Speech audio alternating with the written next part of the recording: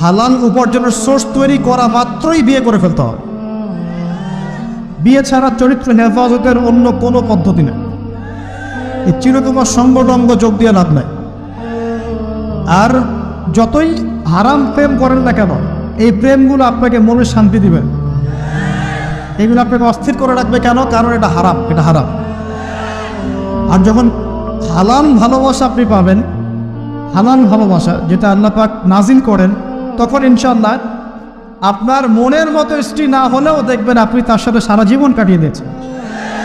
কারণ এই ভালোবাসা আপনার পক্ষ থেকে আসবে। এখানে শুধু এই যে কিছু মানুষ মনে করে বিয়ে মানে যৌনতা, তাই না?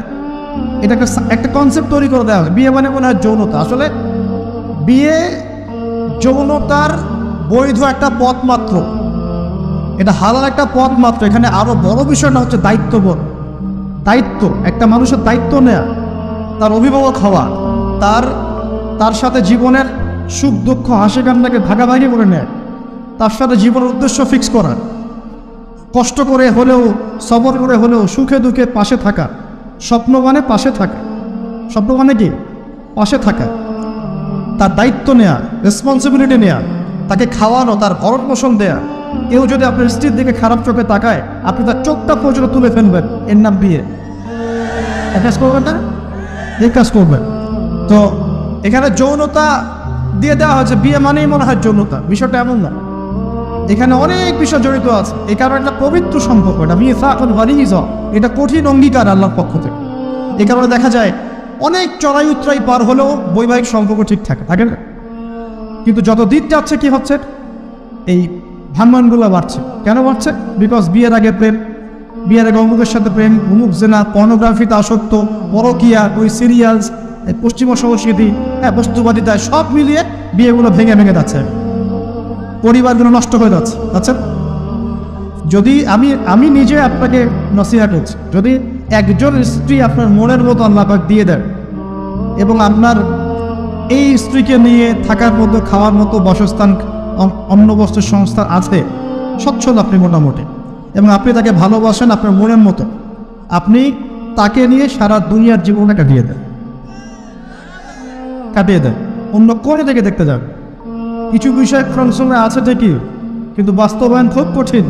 ফ্যান্টাসিতে ঢুকলে হবে না, ফ্যান্টাসিতে ঢুকবেন না, এগুলো কঠিন। আর এখন যে অবস্থা পড়েছে, একজন স্ত্রীকে সন্তুষ্ট করাই তো কঠিন, আর মানুষ চারজনকে সন্তুষ্ট করতে চাচ্ছে।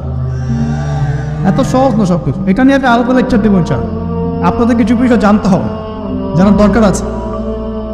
আর ব্যালেন্স করা এত সহজ নয়, ব্যালেন্স করা এত সহজ নয়।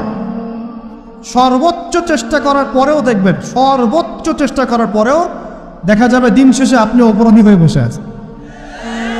আর আমি একটা লেকচারে বলেছি না, পুরুষ মানুষ বোকা। পুরুষ মানুষ কেন বোকা? কারণ সে সবাইকে খুশি করতে চায়। সে চায় মা সুখে থাক, বোন সুখে থাক, স্ত্রী সুখে থাক, যদি আরও স্ত্রী থাকে ও সুখে থাক, সন্তানরা সুখে থাক, সবাই ভালো থাক।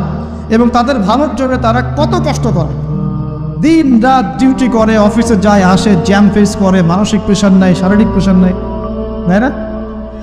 অথচ এই কষ্ট কিন্তু মহিলারা বোঝে না, বোঝে? সবাই বোঝে না।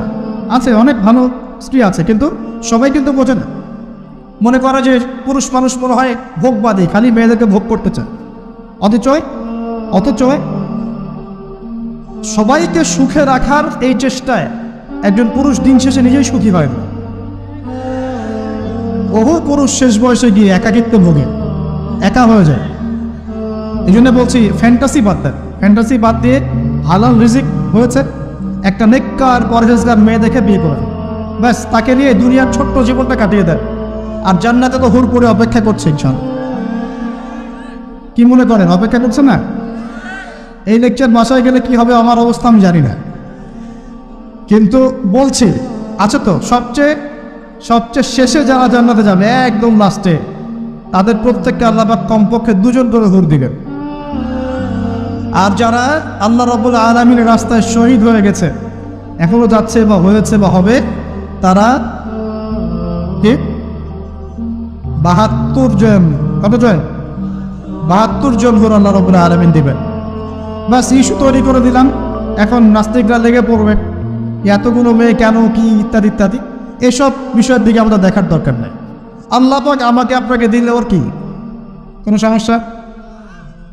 প্রিয় ভাইয়েরা, যুবকদের কথাই বলছিলাম, এখন এই যুবকদের হাতে দেশের ভবিষ্যৎ, উম্মার ভবিষ্যৎ। কিন্তু বাস্তবতা হচ্ছে আমরা বেশিরভাগ পর্নোগ্রাফিতে আসক্ত হয়ে গেছি, হারাম সম্পর্কে আসক্ত, হারাম রিজিকে আসক্ত, মাদকে আসক্ত। এখান থেকে বেরিয়ে আসতে হবে। বেরিয়ে আসার পদ্ধতি কি? এই যে আমার হাতে যে কিতাব দেখছেন, আল কোরআন, এই কোরআন আপনার সমস্ত হতাশা দূর করে দিবে চাক। এই কোরআন আপনার সমস্ত কষ্ট দূর করে দিবেন চাক। মানুষ বেকারত্বের সমস্যায় ভোগে, পারিবারিক চাপে পড়ে, হ্যাঁ, বন্ধু বান্ধবদের পাল্লায় পড়ে, বা গার্লফ্রেন্ড চলে গেছে ছেড়ে, এইসব কারণে মাদকের কাছে যায় শান্তি পাওয়ার জন্য। কোরআনের কাছে আসো, শান্তি পাবেন চাক। অথচ নামাজে আসো, শান্তি পাবেন চাক।